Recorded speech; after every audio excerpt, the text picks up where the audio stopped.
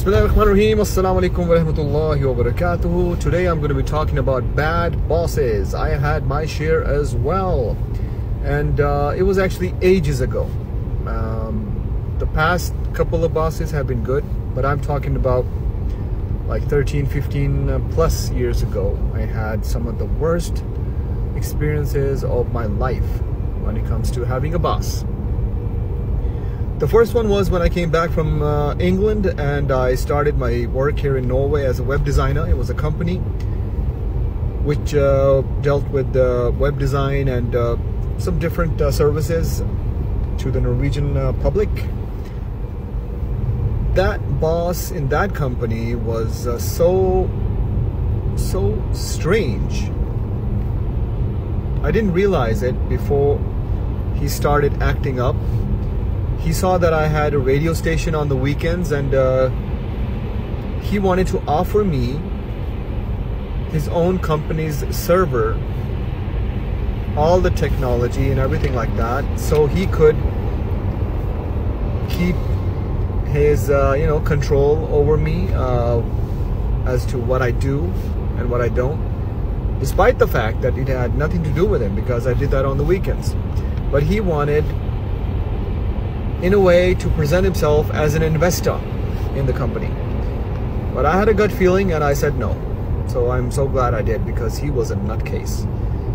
The first incident after that was when I submitted an ad on a website which was on the weekend.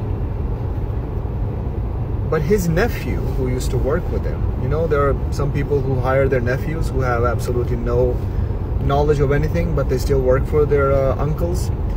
It was one of those guys. His nephew printed out a piece of paper and said, "My uncle wants to talk to you." Like the typical Hollywood movie type of nephew, "My uncle wants to talk to you." And uncle was as stupid as he was.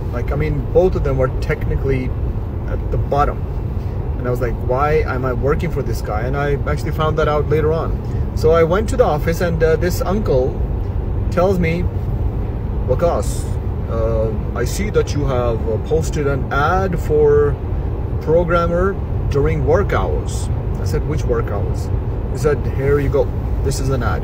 Because they were actually, spying on what I'm doing. But that's something which they just found on Google and printed it out because it had my name on it.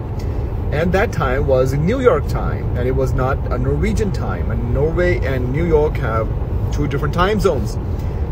So I actually shut him up, but he still did not want to believe it.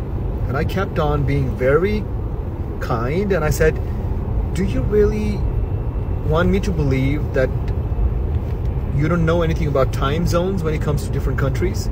Like, are you saying that when it's 3 a.m. in New York, it's 3 a.m. in Norway as well? Or when it's 2 p.m. in Norway, our work time, it's 2 p.m. in New York?" And he said, "Yeah." And I was like, you know what? I'm not having this conversation. I ended the conversation. I went out. And the second time he wanted to show who's the boss is when we had some furniture was being moved around, and I got an office opposite his office, which was on the other side of his room.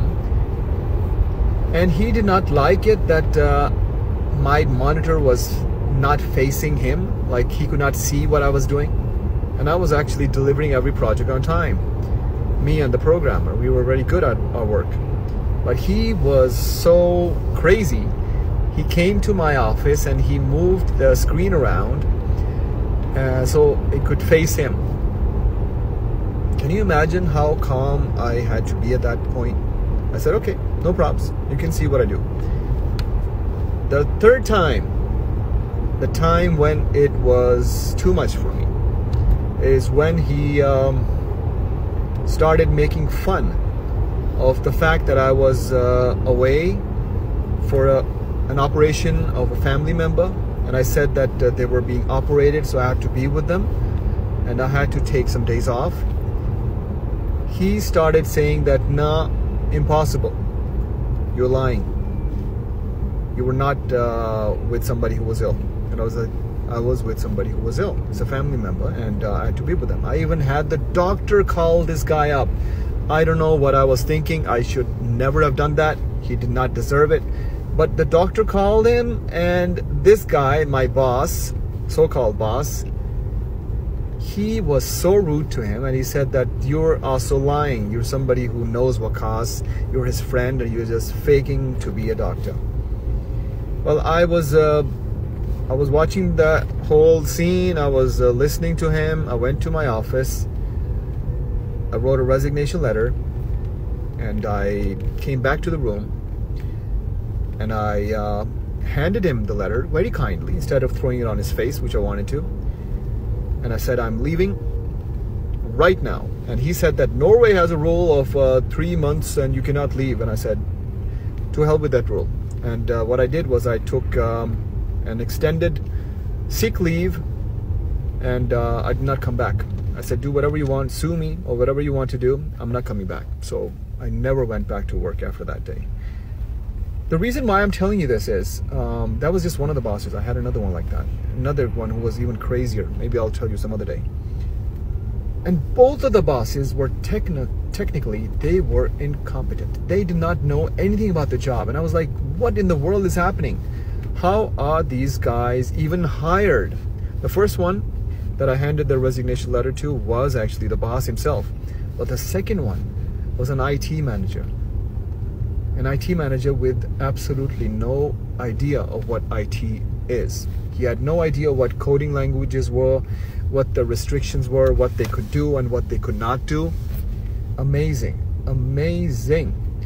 And seeing the kind of talented people that work for these type of people, I'm so glad that most of them left and are doing some other things in their life. So this message is for you guys. If you have a boss like that, remember one thing: the Almighty has promised that you are going to get your sustenance, you're going to get your rizq. Rizq is sustenance in English. So you're going to get whatever is promised to you. Don't work for these kind of people. You don't deserve that. And they don't deserve to have somebody like you. If your boss cannot respect your time, then you are working as a slave. And that is not why God created you. That's not why the Almighty has created you. You have respect. You have to have some self-respect. Hand them the resignation letter, and of course start looking for something else on the side or do something on your own. And I wish you luck.